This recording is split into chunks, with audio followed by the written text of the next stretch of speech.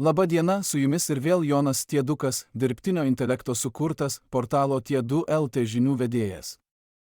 Šiandien pristatysiu jums karščiausias kino naujienas.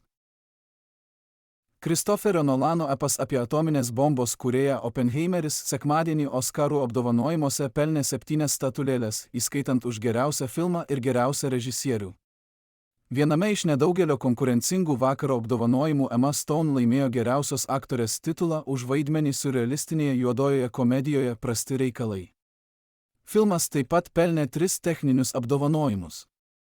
Stone aplenkė Lily Gladstone, kuri už vaidmenį režisieriaus Martino Scorsese's kriminalinėje sagoje Gėlių mėnulio žudikai pretendavo tapti pirmąją indėnę amerikietę, laimėjusią Oskarą. Be Oppenheimerio buvo sukurti ir keli kiti filmai, kuriuose paliečiami skaudžiausi pasaulio istorijos pėdsakai. Jungtinė karalystė pelnė pirmąjį Oskarą už geriausią tarptautinį filmą, už dramą apie holokaustą Interesų zona. Ši drama taip pat laimėjo Oskarą už geriausią garsą. Geriausio dokumentinio filmo kategorijoje apdovanotas filmas 20 dienų Mariupolyje padėjo trumpam atkreipti Holivudo dėmesį į karą Ukrainoje.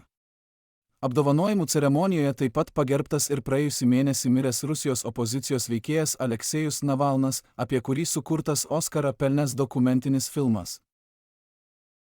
Tiek apie Oskarus, dabar apie šią savaitę prasidedantį kino pavasarį. Daugiau nei 100 filmų repertuare ir daugiau nei 50 renginių įvairiose didžiųjų miestų vietose. Jau šį ketvirtadienį kovo 14 dieną prasidedantis kino pavasaris kviečia ne tik žiūrėti Oskarams nominuotus ir apdovanotus svarbiausiuose pasaulio festivaliuose įvertintus filmus, bet ir dalyvauti specialiuose festivalio renginiuose.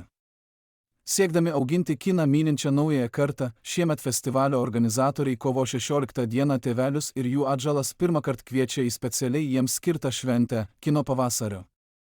Atidarymo dalyvius pasitiks animatoriai ir jų kuriami personažai, įtrauksiantys dalyvius į nuotaikingą šurmulį.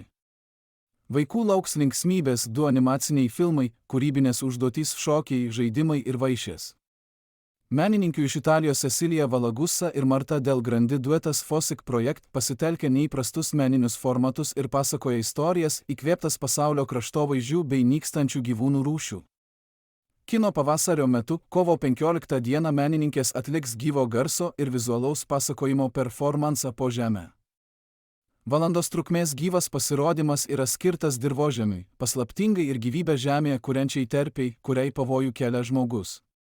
Performansų menininkės siūlo naujai pažvelgti į žemės ūkio progresą ir klimato kaitą, bei ragina susimastyti apie kiekvieno mūsų vaidmenį kuriant tvarų pasaulį. O tuos, kurie turi nenumaldomą norą kinui bei nori būti kino teatre iki pat paryčių, kovo 23 Vilniuje ir Kaune festivalis kviečia į 5 valandų trukmės trumpametražių filmų naktį. Šį kartą tiek, susitiksime ateinantį pirmadienį, daugiau skaitykite portale Tiedu LT, gero kino ir iki.